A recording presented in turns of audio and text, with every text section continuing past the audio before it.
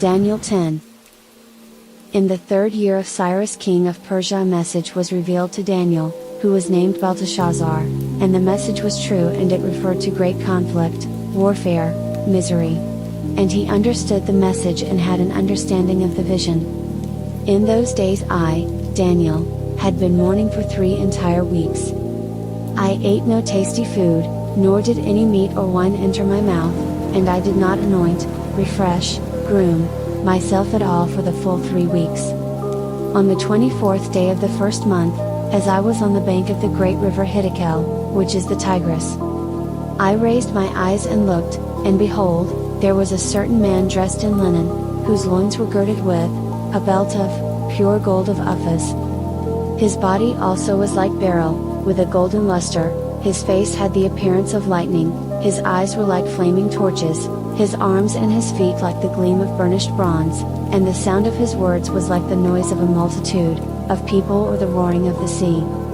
And I, Daniel, alone saw the vision of this heavenly being, for the men who were with me did not see the vision. Nevertheless, a great panic overwhelmed them, so they ran away to hide themselves. So I was left alone and saw this great vision, yet no strength was left in me, for my normal appearance turned to a deathly pale, and I grew weak and faint, with fright. Then I heard the sound of his words, and when I heard the sound of his words, I fell on my face in a deep sleep, with my face toward the ground. Then behold, a hand touched me and set me unsteadily on my hands and knees.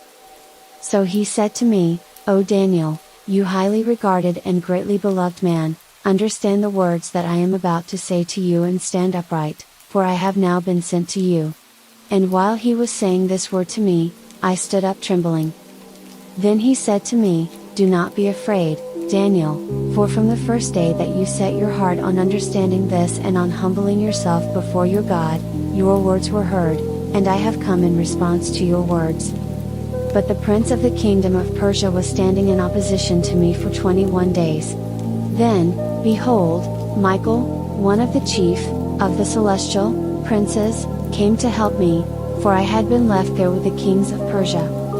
Now I have come to make you understand what will happen to your people in the latter days, for the vision is in regard to the days yet to come.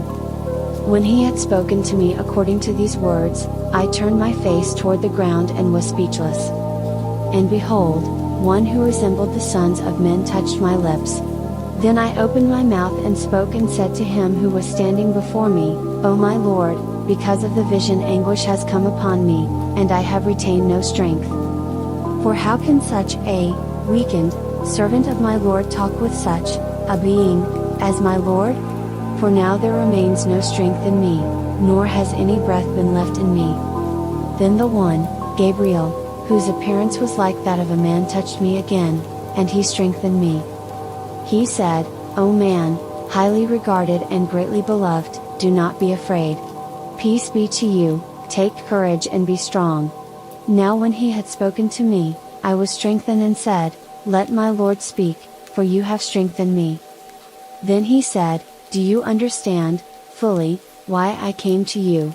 Now I shall return to fight against the hostile prince of Persia, and when I have gone, behold, the prince of Greece is about to come. But I, Gabriel, will tell you what is inscribed in the writing of truth. There is no one who stands firmly with me and strengthens himself against these hostile spirit forces, except Michael, your prince, the guardian of your nation.